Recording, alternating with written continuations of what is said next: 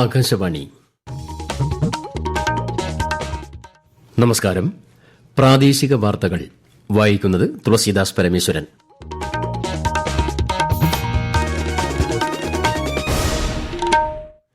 പ്രധാന വാർത്തകൾ. പ്രതികൂല സാഹചര്യങ്ങളോട് പൊരുതി രാജ്യത്തെ സംരക്ഷിക്കുന്ന ധീര ജവാന്മാരുടെ പ്രവർത്തനങ്ങൾ അഭിനന്ദനാർഹമെന്ന് രാഷ്ട്രപതി ദ്രൌപദി മുർമു. സാധാരണക്കാർക്ക് ബുദ്ധിമുട്ടുണ്ടാകുന്ന വിധത്തിൽ ഭൂനിയമചട്ടം രൂപീകരിക്കില്ലെന്ന് മന്ത്രി കെ രാജൻ. സംസ്ഥാനത്തെ കുട്ടികളെ ലോകോത്തര കായികമേളകളിൽ പങ്കെടുക്കാൻ പ്രാപ്തരാക്കുകയാണ് സംസ്ഥാന സ്കൂൾ കായികമേളയുടെ ലക്ഷ്യമെന്ന് മന്ത്രി വി ശിവൻകുട്ടി. ഐക്യരാഷ്ട്രസഭ സുരക്ഷാ സമിതിയിൽ ഇന്ത്യയുടെ സ്ഥിര അംഗത്വത്തെ പിന്തുണച്ച് ഫ്രാൻസ്. ഇന്ത്യൻ സൂപ്പർ ലീഗിൽ ഇന്ന് ചെന്നൈയിൻ എഫ്സി മുഹമ്മദൻ എഫ്സിയെ നേരിടും. വാർത്തകൾ വിശദമായി. പ്രതികൂല സാഹചര്യങ്ങളോട് പൊരുതി രാജ്യത്തെ സംരക്ഷിക്കുന്ന ധീര ജവാന്മാരുടെ പ്രവർത്തനങ്ങൾ അഭിമാനകരമാണെന്ന് രാഷ്ട്രപതി ദ്രൌപദി മുർമു. ലഡാക്കിലെ സിയാച്ചിനിൽ കരസേനയുടെ സിയാച്ചിൻ ബേസ് ക്യാമ്പ് സന്ദർശിച്ച ശേഷം സൈനികരെ അഭിസംബോധന ചെയ്യുകയായിരുന്നു രാഷ്ട്രപതി. സിയാച്ചിനിലെ പ്രതികൂല കാലാവസ്ഥയിലും നാടിനെ സംരക്ഷിക്കാൻ സൈനികർ കാണിക്കുന്ന ധൈര്യം പ്രശംസനീയമാണെന്നും രാഷ്ട്രപതി പറഞ്ഞു.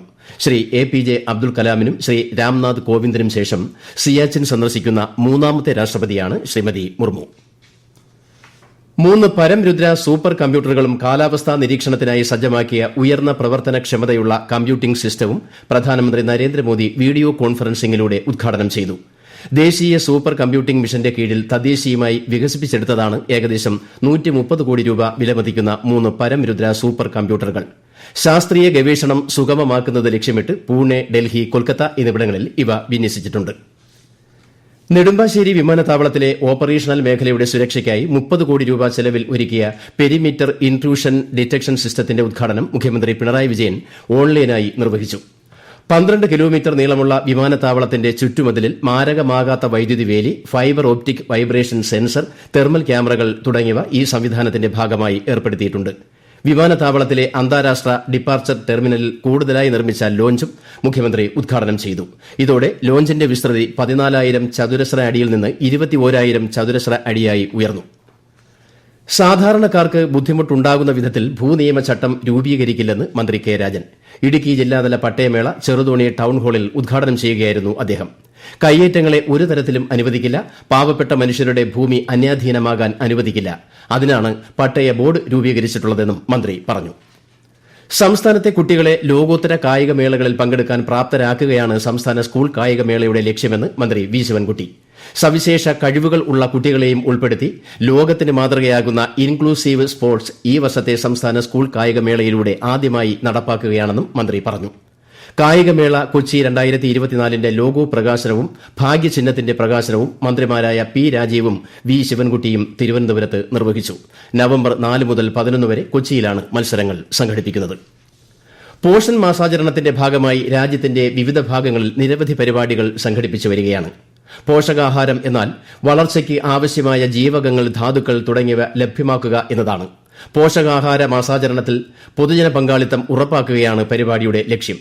കുട്ടികളിലും കൌമാരക്കാരിലും ഗർഭിണികളിലും മുലയൂട്ടുന്ന അമ്മമാരിലും പോഷകാഹാരത്തിന്റെ പ്രാധാന്യത്തെക്കുറിച്ച് പ്രമുഖ ഡയറ്റീഷ്യൻ അനു മാത്യു ആകാശവാണി വാർത്തകളോട്. പോഷന്മാരുടെ വിവിധ പ്രവർത്തനങ്ങളിൽ പ്രധാന ലക്ഷ്യത്തിലൊന്നാണ് അനീമിയ അഥവാ വിളർച്ചാ പ്രതിരോധം. കാരണം കൌമാരക്കാരായ പെൺകുട്ടികളിലും ഗർഭിണികളിലും അനീമിയ അവരുടെ വളർച്ചാ വികാസത്തിനും ഗർഭിണികളിലെ ഗർഭസ്ഥ ശിശുവിന്റെ ആരോഗ്യത്തിനും ഭീഷണിയായി തീരുന്നുണ്ട്. ഇതൊഴിവാക്കാൻ ഇരുമ്പ് സത്ത് ധാരാളം അടങ്ങിയ പച്ചക്കറികൾ, പഴങ്ങൾ, ഇലക്കറികൾ, ധാന്യങ്ങൾ, പരിപ്പ് വർഗ്ഗങ്ങൾ, നട്ട്സ് എന്നിവയുടെ പ്രാധാന്യം, അവയുടെ ഉപയോഗം അവ അമ്മമാർക്കും ഗർഭിണികൾക്കും വിവിധ ക്ലാസുകൾ അല്ലെങ്കിൽ ക്യാമ്പുകൾ, പ്രദർശനങ്ങൾ എന്നിവ വഴി മനസ്സിലാക്കി കൊടുക്കുന്നുണ്ട്. കൂടാതെ 6 മാസം മുതൽ പ്രായമുള്ള കുഞ്ഞുങ്ങൾക്ക് മുലപ്പാലിനൊപ്പം കോംപ്ലിമെന്ററി ഫീഡിംഗ് അഥവാ ഖരരൂപത്തിലുള്ള ആഹാരവും കൊടുത്തു തുടങ്ങുന്നതിന്റെ പ്രാധാന്യവും പോഷൺമാ വഴി മനസ്സിലാക്കി കൊടുക്കുന്നു.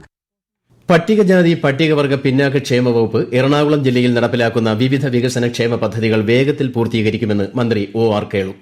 സംസ്ഥാന സർക്കാരിന്റെ 100 ദിന കർമ്മ പരിപാടികളുടെ ഭാഗമായി വകുപ്പുകളിലെ പദ്ധതികളുടെ എറണാകുളം ജില്ലാതല അവലോകനത്തിൽ സംസാരിക്കുകയായിരുന്നു മന്ത്രി. പദ്ധതി നടത്തിപ്പ് സംബന്ധിച്ച പുരോഗതി വിലയിരുത്താനായി എല്ലാ മാസവും അവലോകന യോഗം നടത്തുമെന്നും മന്ത്രി പറഞ്ഞു. ഭൂമിയില്ലാത്തവർക്ക് ലാൻഡ് ബാങ്ക് വഴി ഭൂമി ലഭ്യമാക്കുന്നതിന് നടപടി സ്വീകരിക്കുമെന്നും മന്ത്രി വ്യക്തമാക്കി. തൃശൂർ പൂരവുമായി ബന്ധപ്പെട്ട വിവാദങ്ങളിൽ ADGP MR അജിത് കുമാറിന്റെ അന്വേഷണ റിപ്പോർട്ട് സംസ്ഥാന സർക്കാർ തള്ളി. വീണ്ടും അന്വേഷണം വേണമെന്ന് ആഭ്യന്തര സെക്രട്ടറി നിർദ്ദേശിച്ചു. ADGPക്കെതിരെയും അന്വേഷണം നടത്താൻ ആഭ്യന്തര സെക്രട്ടറി ശുപാർശ ചെയ്തു. DGP ഉന്നയിച്ച കാര്യങ്ങളിലാണ് അന്വേഷണത്തിന് ശുപാർശ നൽകിയിരിക്കുന്നത്. തൃശൂർ പൂരം അലങ്കോലമാക്കിയ സംഭവത്തിൽ ജുഡീഷ്യൽ അന്വേഷണം വേണമെന്ന് പ്രതിപക്ഷ നേതാവ് വി ഡി സതീശൻ തിരുവനന്തപുരത്ത് മാധ്യമപ്രവർത്തകരോട് സംസാരിക്കുകയായിരുന്നു അദ്ദേഹം. പ്രാദേശിക വാർത്തകളാണ് ഈ കേൾക്കുന്നത്. ലോകാരോഗ്യ സംഘടന എംബോക്സിനെ പൊതുജനാരോഗ്യ അടിയന്തരാവസ്ഥയായി പ്രഖ്യാപിച്ചതിന്റെ പശ്ചാത്തലത്തിൽ രാജ്യത്തെ സംസ്ഥാനങ്ങൾക്കും കേന്ദ്രഭരണ പ്രദേശങ്ങൾക്കും മാർഗ്ഗനിർദ്ദേശങ്ങൾ നൽകി കേന്ദ്ര സർക്കാർ. രോഗത്തിനെതിരെ ജാഗ്രത പാലിക്കണമെന്നും രോഗവ്യാപനം തടയാൻ പ്രതിരോധ പ്രവർത്തനങ്ങൾ ഊർജിതമാക്കണമെന്നും കേന്ദ്രം നിർദ്ദേശിച്ചിട്ടുണ്ട്.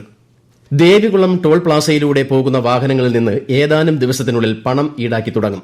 ഇടുക്കി ജില്ലയിലെ ആദ്യ ടോൾ പ്ലാസയാണ് ദേവികുളത്തേത്. വിശദാംശങ്ങളുമായി ആകാശവാണി ഇടുക്കി ജില്ലാ പ്രതിനിധി രതീഷ് കൃഷ്ണ. കൊച്ചി ധനുഷ്കോടി ദേശീയപാതയിൽ ലാക്കാട് കുരിശടിക്ക് സമീപമാണ് ദേവികുളം ടോൾ പ്ലാസ നിർമ്മിച്ചിരിക്കുന്നത്.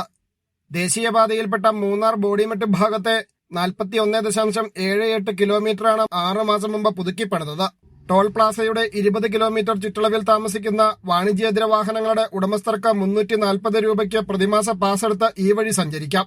കാറ്, ജീപ്പ്, മറ്റ് ചെറുവാഹനങ്ങൾ എന്നിവയ്ക്ക് 35 രൂപ, മിനി ബസ് 60, ബസ്, ട്രക്ക് എന്നിവയ്ക്ക് 125, ഭാരവാഹനങ്ങൾ 195, 7ൽ കൂടുതൽ ആക്സിലുകളുള്ള വലിയ വാഹനങ്ങൾ 240 രൂപ എന്നിങ്ങനെയാണ് ഒരു വശത്തേക്കുള്ള ടോൾ നിരക്ക്.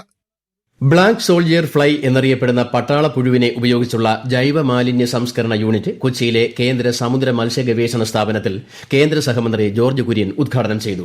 സ്വച്ഛ് ഭാരത് ക്യാമ്പയിനിന്റെ ഭാഗമായി പച്ചക്കറി, മത്സ്യ, ജൈവ മാലിന്യങ്ങൾ സംസ്കരിക്കുന്നതിനാണ് യൂണിറ്റ് സ്ഥാപിച്ചിരിക്കുന്നത്.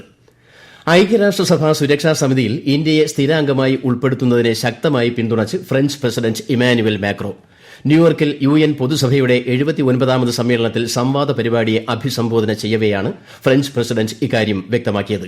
ഇന്ത്യ, ജർമ്മനി, ജപ്പാൻ, ബ്രസീൽ എന്നീ രാജ്യങ്ങളെയും ആഫ്രിക്കയെ പ്രതിനിധീകരിക്കുന്ന 2 രാജ്യങ്ങളെയും സ്ഥിരാംഗങ്ങൾ ആക്കണമെന്ന് ഫ്രഞ്ച് പ്രസിഡന്റ് ഇമാനുവൽ മാക്രോ അഭിപ്രായപ്പെട്ടു. നേരത്തെ US, റഷ്യ, ചിലി എന്നീ ലോകരാഷ്ട്രങ്ങൾ ഉൾപ്പെടെ സുരക്ഷാ സമിതിയിലെ ഇന്ത്യയുടെ സ്ഥിരാംഗത്വത്തിന് പിന്തുണച്ചിരുന്നു. ഇന്ത്യൻ സൂപ്പർ ലീഗിൽ ഇന്ന് നടക്കുന്ന മത്സരത്തിൽ ചെന്നൈയിൻ FC മുഹമ്മദൻ FCയെ നേരിടും. രാത്രി 7:30 ചെന്നൈ ജവഹർലാൽ നെഹ്റു സ്റ്റേഡിയത്തിലാണ് മത്സരം. ഇന്നലെ നടന്ന മത്സരത്തിൽ പഞ്ചാബ് FC ഹൈദരാബാദിനെ പരാജയപ്പെടുത്തി. കേന്ദ്ര സർക്കാരിന്റെ അമൃത് പദ്ധതിയിൽ ഉൾപ്പെടുത്തി തൃശൂർ കോർപ്പറേഷൻ നഗരഗതാഗത വിഭാഗം നടപ്പാക്കിയ ആകാശപാത നാളെ നാടിന് സമർപ്പിക്കും. മന്ത്രി MB രാജേഷ് ആകാശപാത ഉദ്ഘാടനം ചെയ്യും. ആകാശപാതയുടെ നെറ്റ് സീറോ എനർജി തലത്തിലുള്ള സൌരോർജ്ജ പാനലിന്റെ പ്രവർത്തനോദ്ഘാടനം കേന്ദ്ര സഹമന്ത്രി സുരേഷ് ഗോപി നിർവഹിക്കും. കർണാടകയിലെ ഷിരൂരിൽ തെരച്ചിലിൽ കണ്ടെത്തിയ കോഴിക്കോട് സ്വദേശിയായ ട്രക്ക് ഡ്രൈവർ അർജുന്റേതെന്ന് കരുതുന്ന മൃതദേഹം നാട്ടിലെത്തിക്കുവാനുള്ള നടപടികൾക്ക് തുടക്കമായി. മൃതദേഹം അർജുന്റേതെന്ന് സ്ഥിരീകരിക്കുന്നതിനായി DNA സാമ്പിളുകൾ ശേഖരിച്ച് പരിശോധനയ്ക്കയച്ചു. നാളെ ഉച്ചയോടെ പരിശോധനാഫലം ലഭിക്കുമെന്നാണ് കരുതുന്നത്. റിപ്പോർട്ട് ലഭ്യമാകുന്ന മുറയ്ക്ക് തുടർ നടപടികൾ പൂർത്തിയാക്കി മൃതദേഹം കുടുംബത്തിന് വിട്ടുനൽകും. പ്രധാന വാർത്തകൾ വീണ്ടും. പ്രതികൂല സാഹചര്യങ്ങളോട് പൊരുതി രാജ്യത്തെ സംരക്ഷിക്കുന്ന ധീര ജവാന്മാരുടെ പ്രവർത്തനങ്ങൾ അഭിനന്ദനാർഹമെന്ന് രാഷ്ട്രപതി ദ്രൌപദി മുർമു. സാധാരണക്കാർക്ക് ബുദ്ധിമുട്ടുണ്ടാകുന്ന വിധത്തിൽ ഭൂനിയമ ചട്ടരൂപീകരണം ഉണ്ടാകില്ലെന്ന് മന്ത്രി കെ രാജൻ.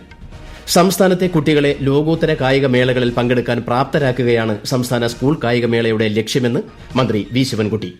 ഐക്യരാഷ്ട്രസഭ സുരക്ഷാ സമിതിയിൽ ഇന്ത്യയുടെ സ്ഥിരാംഗത്വത്തെ പിന്തുണച്ച് ഫ്രാൻസ്. ഇന്ത്യൻ സൂപ്പർ ലീഗിൽ ഇന്ന് ചെന്നൈയിൻ FC മുഹമ്മദൻ FCയെ നേരിടും. പ്രാദേശിക വാർത്തകൾ കഴിഞ്ഞു. അടുത്ത വാർത്താ പ്രക്ഷേപണം രാത്രി 7:25.